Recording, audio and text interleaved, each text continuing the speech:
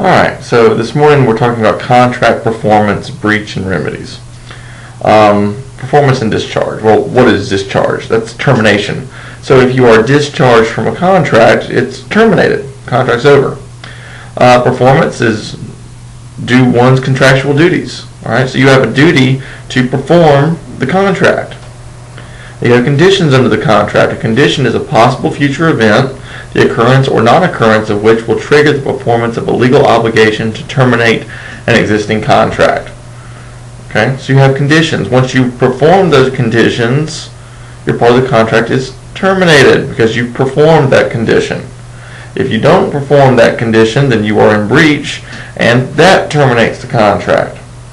Okay, this is not that difficult, it's just vocab. Discharge by performance. Contract comes to an end when both parties perform their duties under the contract. Alright, let's think about this in terms of buying and selling a house. Alright, so you buy a house. Okay, you put it under contract. You're in a contract. Is the contract performed yet? No. You haven't closed the deal. Alright? But discharge by performance is whenever you actually go to the closing table at the attorney's office and close the deal. Okay. Performance can also be completed by tender. Okay, this is what you start a fire with. No, just kidding. Tender is an unconditional offer to perform by a person who is ready, willing, and able to do so. Folks, that's what happens at the closing table.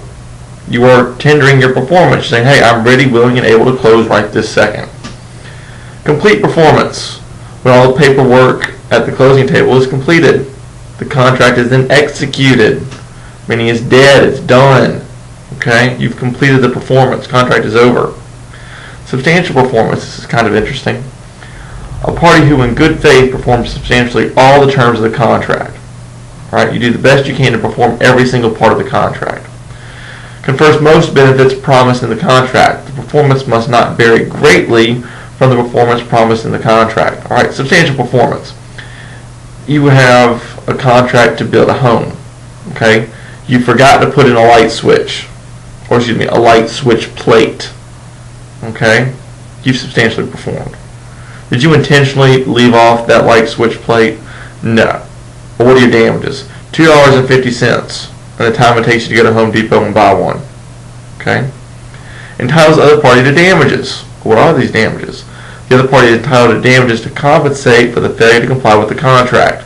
So if you built the house for $100,000 and you substantially performed, you forgot to put in a light switch plate, you are entitled to $99,997.50. Yeah, sounds ridiculous, but it's out there. Performance to the satisfaction of another. This can get kind of tricky. When the subject matter of the contract is personal, a contract performed to the satisfaction of one of the parties is conditioned, and performance must actually satisfy the party. Alright? So when it's a personal contract, and one of the conditions of the contract is that the person buying the item, it must be satisfactory to them, that's a condition precedent and it has to be fulfilled. Right? Now when it's based on a third party, meaning that your architect has to like it or your grandmother has to like it, the majority rule is that the performance must be a reasonable person standard. Okay? But when it's personal to you, for you, and one of the conditions is, hey, you have to like it, then if you like it, it's good. And I'm sure you're seeing all sorts of fraud in there, but remember, you're acting in good faith. Alright, material breach of contract. Breach of contract is non-performance of a contractual duty. Breach is material when performance is not at least substantial. Okay, it's got to be a big breach. Alright, certainly with the light switch plate, you know, this was substantial performance. You were in breach, but was this a material breach? Certainly not. Alright, if you forgot to put the roof on, that would be a material breach. Alright, anticipatory repudiation.